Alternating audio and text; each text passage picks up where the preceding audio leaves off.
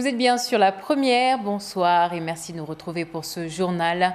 Un dimanche marqué par une actualité tragique avec le corps de ce jeune homme d'une vingtaine d'années retrouvé sur la plage de Amuro. Une découverte qui a eu lieu très tôt ce matin, mais pour l'heure, pas d'informations sur la victime. Le procureur a demandé une autopsie pour déterminer les causes du décès. Et même si dans le village, la thèse du meurtre est souvent évoquée, aucune preuve tangible ne permet pour l'instant d'aller en ce sens. Les enquêteurs n'excluent aucune piste de leur côté. Hier, vous étiez nombreux à vous mobiliser contre le monopole d'Air Austral. Plus de 500 personnes à Mayotte, une centaine à La Réunion, à Marseille aussi. Le mouvement a mobilisé, de même qu'à Paris. L'allongement de la piste de l'aéroport est l'une des revendications majeures de cette manifestation. Je vous propose de revenir sur les enjeux de cette piste longue avec nos confrères de la première à Paris. La piste de l'aéroport de Mayotte mesure 1930 mètres et ne permet pas le décollage des gros porteurs. Et depuis septembre 2018, Corsair ne dessert plus l'île aux Fleurs via Antananarive en raison du veto d'Air Madagascar, détenu à 50% par Air Austral. Certains accusent donc la compagnie aérienne d'empêcher l'implantation des concurrents. Et pour se rendre compte de la différence de prix, il suffit de comparer sur Internet. Pour la même période, un billet d'avion Paris-Dzaoudzi coûte jusqu'à 2 fois plus cher qu'un vol Paris-Réunion.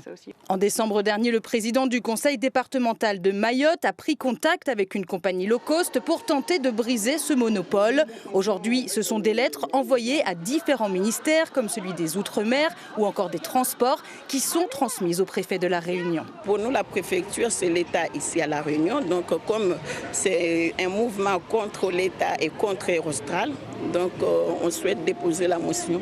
La compagnie aérienne ne souhaite pas réagir, préférant attendre un climat plus apaisé. Ces manifestants se disent déterminés à mettre fin à ce qu'ils considèrent comme une injustice, une entrave à leur liberté de circulation. Et ces tarifs du transport aérien restent surtout une entrave à la circulation des touristes.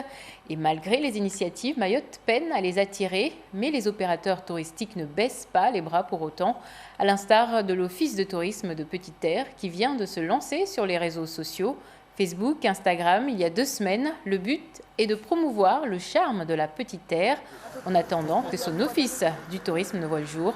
Le bâtiment est, je le rappelle, en cours de construction au four à chaud dans la commune de Dzaoudzi, l'abattoir. Bibi Mariam Halidi et Assadira Zafitseno ont rencontré la responsable de la structure. Écoutez-la. Ça va permettre à la population de découvrir ou redécouvrir certains endroits qu'ils ne connaissent pas forcément, puisqu'on s'est rendu compte qu'il y a beaucoup de gens qui ne connaissent pas forcément tout le territoire et tous les sites touristiques du territoire.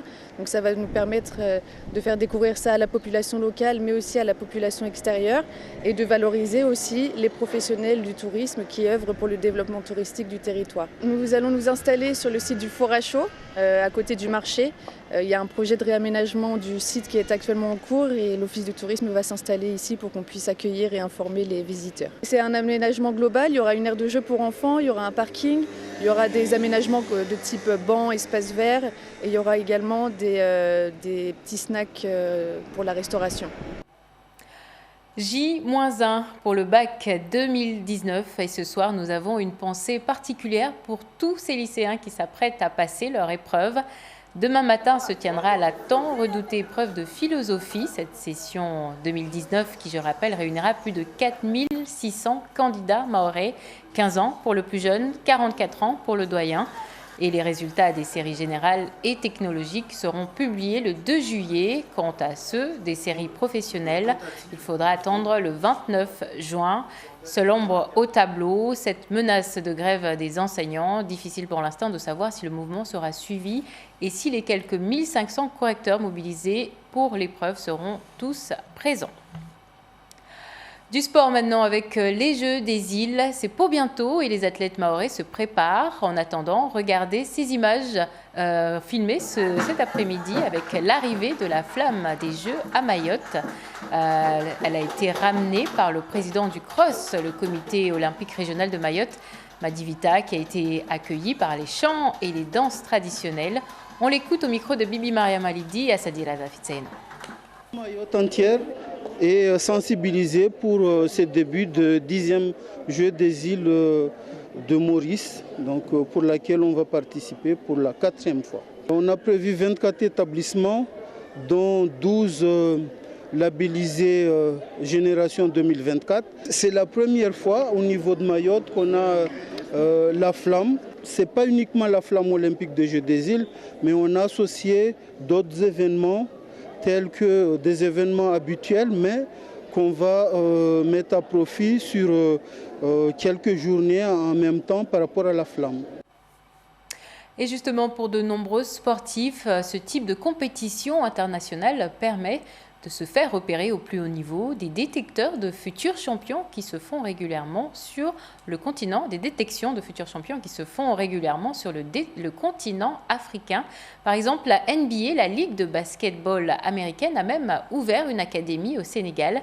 Elle y forme de futurs champions qui auront peut-être un jour gonflé les rangs de leur équipe nationale. Regardez le reportage de nos confrères de France 2. Un parquet flambant neuf, des entraînements intensifs pour des athlètes qui ressemblent à des basketteurs professionnels. On pourrait se croire aux États-Unis, on est pourtant à 6500 km de là, au Sénégal, dans la toute nouvelle académie de la Ligue américaine de basketball, la fameuse NBA, le tout premier centre de formation installé sur le continent africain. Je ne suis pas ici pour me plaindre. Vous savez, je représente mon pays, ma famille et l'Afrique tout entière. Je repousse mes limites. La NBA Academy Africa, c'est 2 salles climatisées et ses entraînements à l'américaine. Restez concentrés. Roland Houston est un vétéran de la NBA. Il est venu jusqu'ici persuadé que l'Afrique est un vivier inexploité. Le but de l'académie, c'est de donner une chance à des enfants de ce continent de grandir et de se développer dans ce sport, d'atteindre le maximum de leurs capacités. Vous le voyez, ce sont les meilleurs équipements possibles et les enfants n'ont jamais eu cette chance. Développer le basket en Afrique, en prendre les meilleurs éléments, dans le but aussi de diffuser la marque NBA sur un continent où ce sport est marqué par un déficit criant d'infrastructures. Un investissement pour l'avenir. Car avant d'en arriver là, il faut d'abord former et nourrir ces 19 athlètes qui sont encore bien jeunes, entre 14 et 20 ans, sélectionnés dans 8 pays différents, ce qui n'a pas été sans poser quelques problèmes. Quand je suis arrivé, c'était un peu compliqué parce que les francophones ne pouvaient pas parler anglais. Mais avec le temps, ils ont appris et on est devenus proches. On est comme une famille maintenant. Les élèves sont entièrement pris en charge, choyés. Laisse-moi prendre ton assiette et reste assis là et profite de ce moment. Je te sers, tu comprends ça? Profite. Pour tous les jeunes de l'académie, le rêve de la NBA est aujourd'hui à portée de main. Il paraissait pourtant, il n'y a pas si longtemps, inaccessible. Kirdeng, 14 ans, par exemple, vient du Sud-Soudan, un pays frappé par une guerre civile d'une violence inouïe. Mon pays, le Sud-Soudan, est connu parce que les gens se font la guerre. En venant ici et en réussissant, je veux montrer aux Africains que dans mon pays, il y a des gens bien éduqués et polis. Vous savez, c'est dur d'être exposé en Afrique, mais là, avec l'académie, j'ai un chemin pour aller jusqu'en NBA. Son ami Dixano est lui rwandais, un pays qui a aussi connu un passé récent tragique. Est-ce que tu es un bon coéquipier? C'est ça l'important pour moi. Pour leur entraîneur, leur histoire personnelle est aussi une force supplémentaire. Ces deux-là, ils sont spéciaux, parce qu'ils sont déterminés à réussir. Ils en ont conscience et ils veulent tirer le maximum de ce que l'académie leur propose.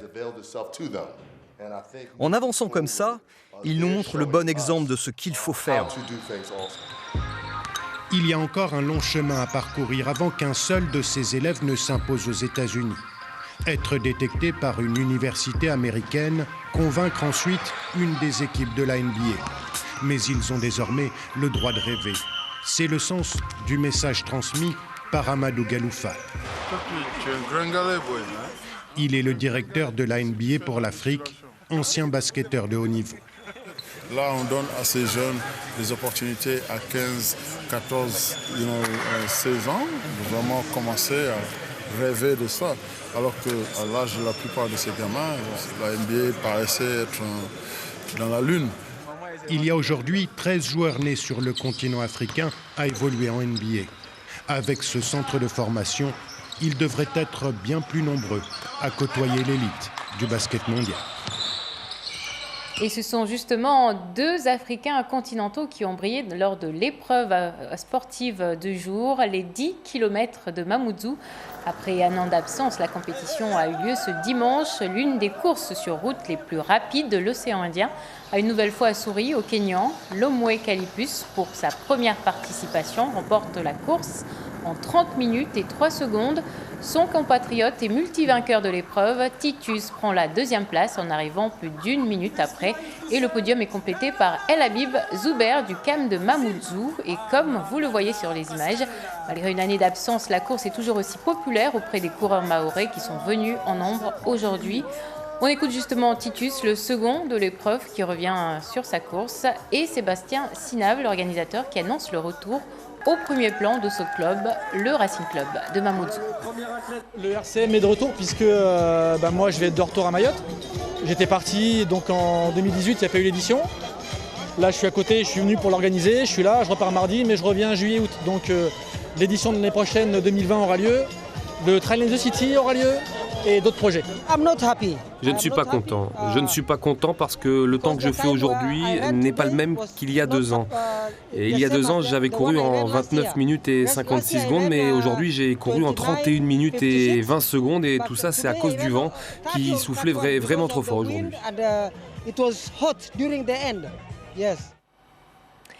Voilà, c'est sur ces images que nous refermons cette édition. Merci de nous avoir suivis. Je vous attends dans un instant pour la version mahoraise de ce journal. Très bonne soirée à tous.